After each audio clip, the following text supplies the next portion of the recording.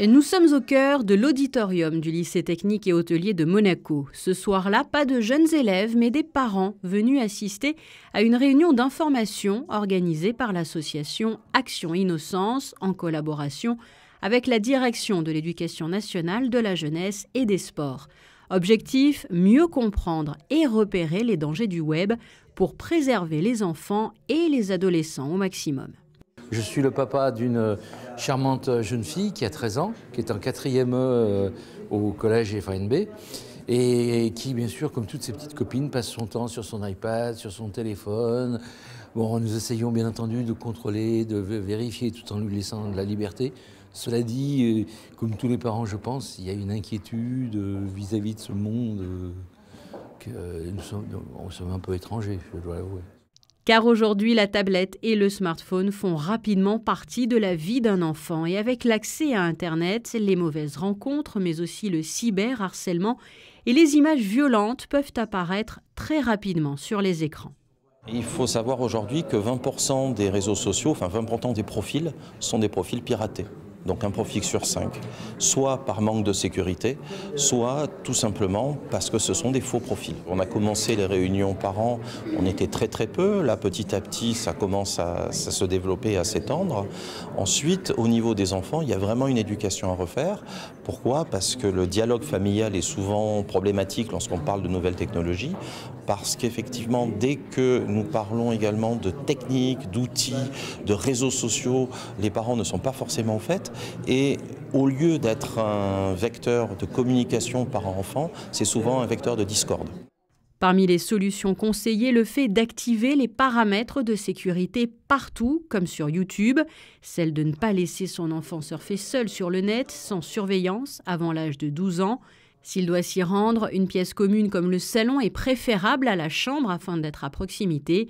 Concernant les jeux vidéo, pas de console avant 6 ans et regardez la signalétique de la Pan-European Game Information qui vous indique l'âge à partir duquel le jeu peut convenir à votre enfant. Parce que ce sont des endroits illimités où certains dangers arrivent très rapidement, comme des rencontres avec des inconnus, le harcèlement aussi qui peut se propager très rapidement et d'autres dangers, des prédateurs qui peuvent traîner sur Internet et ces choses-là.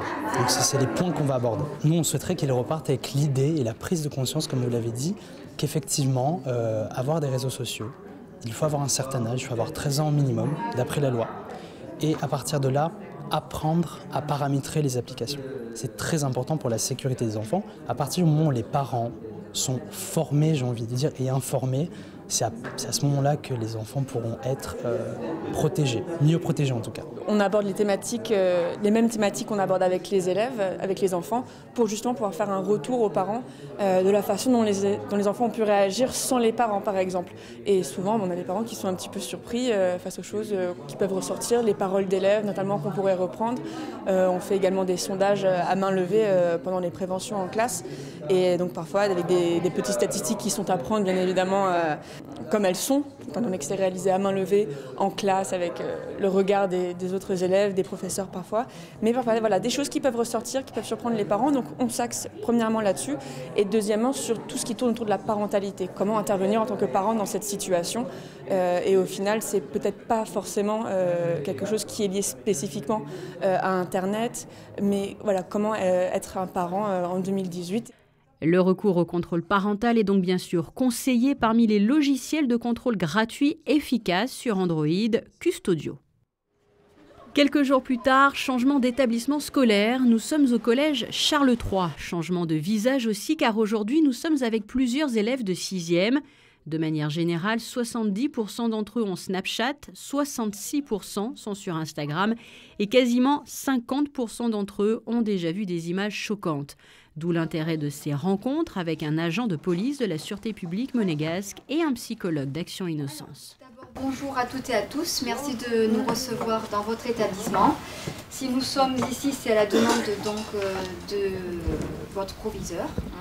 Il faut savoir que l'intervention que nous allons faire avec Cédric, c'est une intervention qui fait partie de votre programme pédagogique. Nous allons ensemble aborder la thématique suivante, ce sont les dangers d'Internet.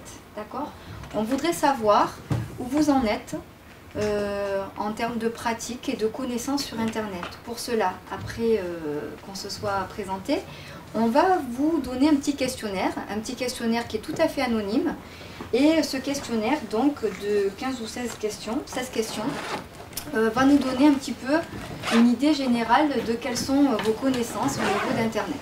À partir de quand un jeune sort-il du cadre légal? Droit à l'image, usurpation d'identité, savoir cacher la webcam de son ordinateur pour ne pas être espionné à distance, comprendre que les publications sur Internet ne disparaissent jamais des serveurs, qu'il faut demander l'autorisation de son ami avant de publier une photo de lui. Tous ces points ont été abordés dans un seul but, le bien de ces jeunes adolescents.